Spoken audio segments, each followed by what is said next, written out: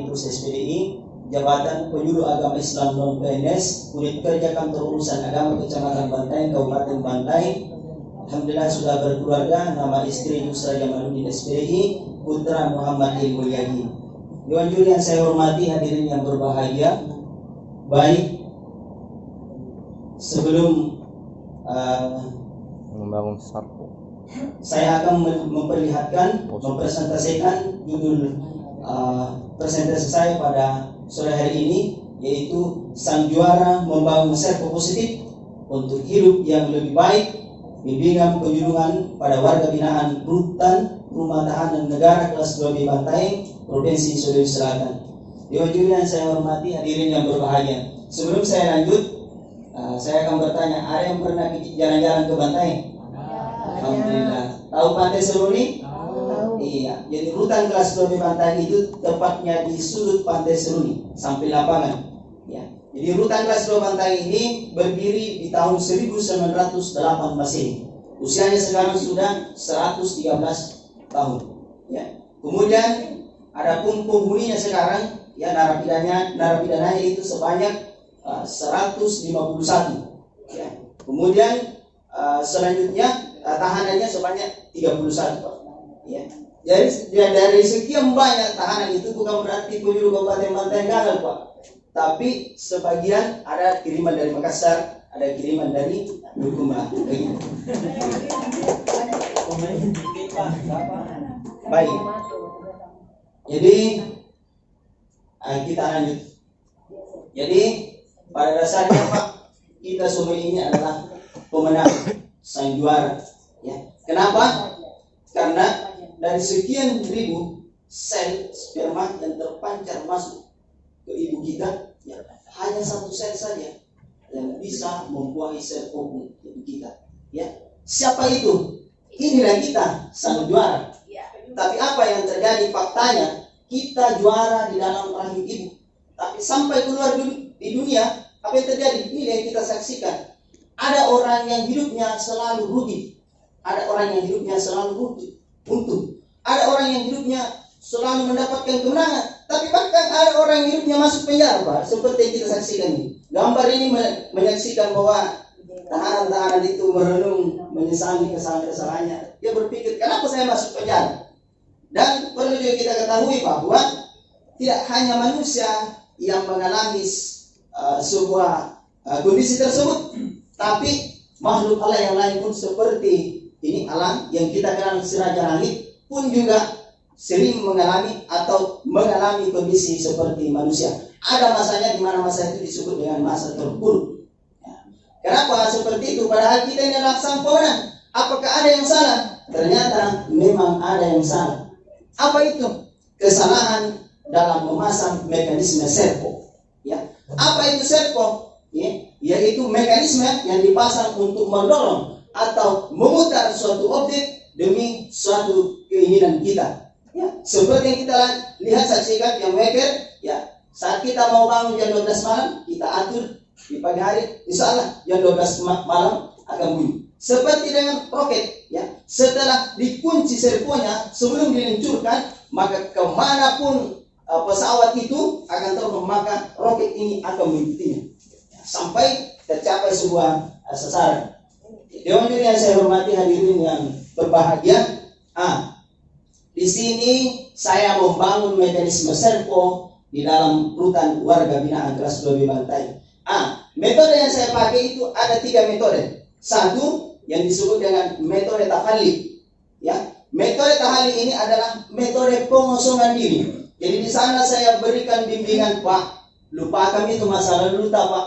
Ya, kita yang hadir malam ini, kita yang hadir di tempat ini bukan mutlak adalah kita ini penjahat, tidak. Tapi lupakan masa lalu kita, hilangkan dendam kita, Pak. Karena banyak yang terjadi residivis, Pak. Keluar masuk penjara, keluar masuk. Kenapa? Karena kalau masuk penjara 1-2 bulan, tunggu nih, nanti keluar saya balas. Masuk lagi, keluar lagi. Nah, makanya saya ajarkan hilangkan dendam, Pak.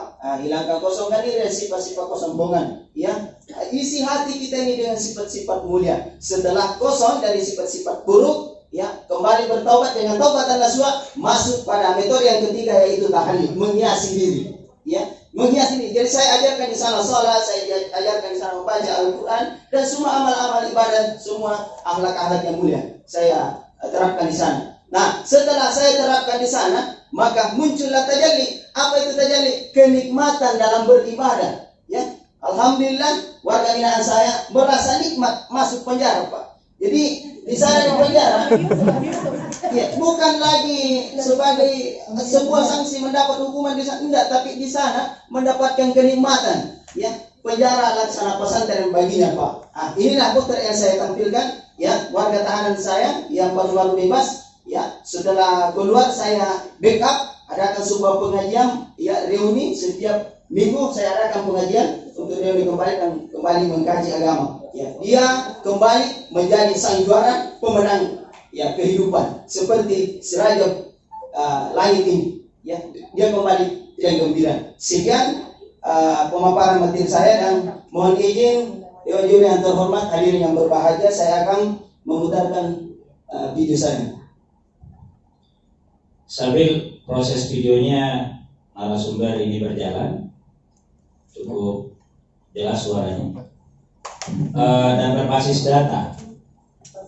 Sekarang bisa enggak disebut selain yang di penjara itu majelis salita, binaan maksud saya. Jadi peningkatan objeknya. Jadi selain daripada warga binaan tahanan di rutan kelas Pulau Bantai, ada juga binaan di luar, Pak. Ada juga saya bentuk majelis taklim.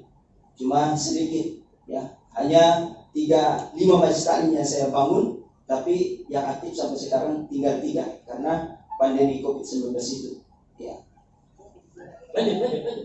Ya, jadi kita lihat, ya, tampilan saya di mana saya membina di rutan kelas Pulau Bantai. Ada lagi, Pak?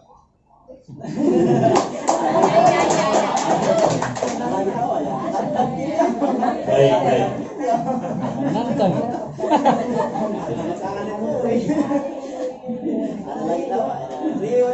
Ini serpo dari mana ini? Metode dari mana ini? Istilah serpo saya baru dengar ini. Ilmiah ini atau istilah yang dibuat oleh siapa namanya? Jadi serpo ini, Pak, maaf, ya, itu kata pemantik, Pak. Ya, jadi serpo ini adalah sebuah alat yang dipasang, yang saya jelaskan tadi.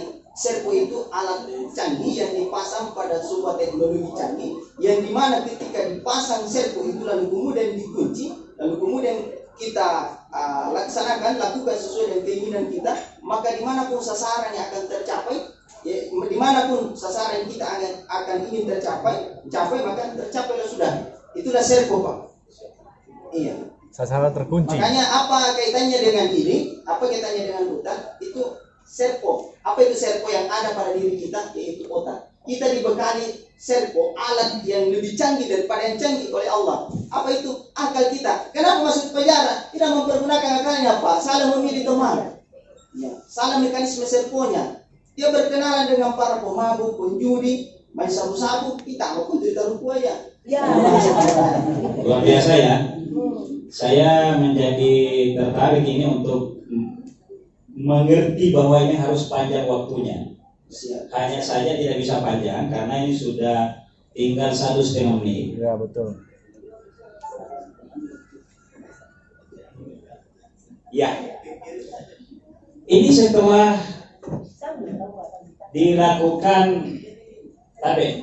dilakukan pembinaan di rutan ini, Anda katakan tadi menjadi nikmat dia masuk penjara. Iya. Saya mau tanya, ada enggak angka-angka yang kita bisa sebut menurunkan yang masuk, atau seperti apa perubahan yang positif dari peran penyuluh itu? Orangnya berkurang masuk atau ilmu agamanya menjadi makin bertambah?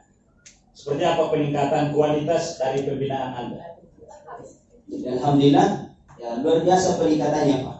Karena masyarakat juga sudah merasa gembira dari keluarga-keluarganya yang masuk itu. Alhamdulillah, dia katakan, beruntung ini anakku, keponakanku masuk penjara. Karena andai kan dia tidak masuk penjara, Pak, dia tidak pintar mengaji, tidak pintar salat. Kemudian angka-angkanya, ya kan, sejak COVID-19 ini ada apa namanya kebijakan yang diterapkan oleh pemerintah yang apa namanya yang akan bebas itu 1 bulan sebelumnya, maka bebaskan secepatnya karena COVID-19. Ini tidak menjadi motivasi buat masyarakat yang tidak berpengetahuan agama untuk berlomba-lomba masuk penjara. Tidak, tidak. Ya. Artinya ini kias baliknya ya. Iya, ini bahasa. Mana anu? Tidak. Cuma merasa senang. Sekarang Kalau bisa jadi contohnya gini. Menurut saudara, dari tadi kan ada yang berulang-ulang bisa masuk penjara. Dengan menggunakan metode ini, berapa persentase yang bisa Anda sampaikan ke kami tingkat keberhasilannya dari metode yang Anda lakukan? Jadi umpamanya awalnya dari 30 orang itu ada yang berulang 2-3 orang sampai umpamanya berapa orang. Sekarang dengan metode yang Anda lakukan berapa orang yang berulang kali masuk penjara? Saya untuk tahun ini saya tanya-tanyakan, alhamdulillah tidak ada yang masuk. Tidak ada yang berulang. Oke. Iya. Dan saya akan bekerja sama menyampaikan pada teman-teman penyuluh khusus di Kabupaten Bantaeng bahwa kita harus betul-betul aktif membina supaya utang ini tidak perlu sebanyak 151 pokoknya kali. Iya. Baik, terima kasih. Sekali lagi sayang ya, waktu kita harus merata. Metode kita ini akan baru agak optimis ya.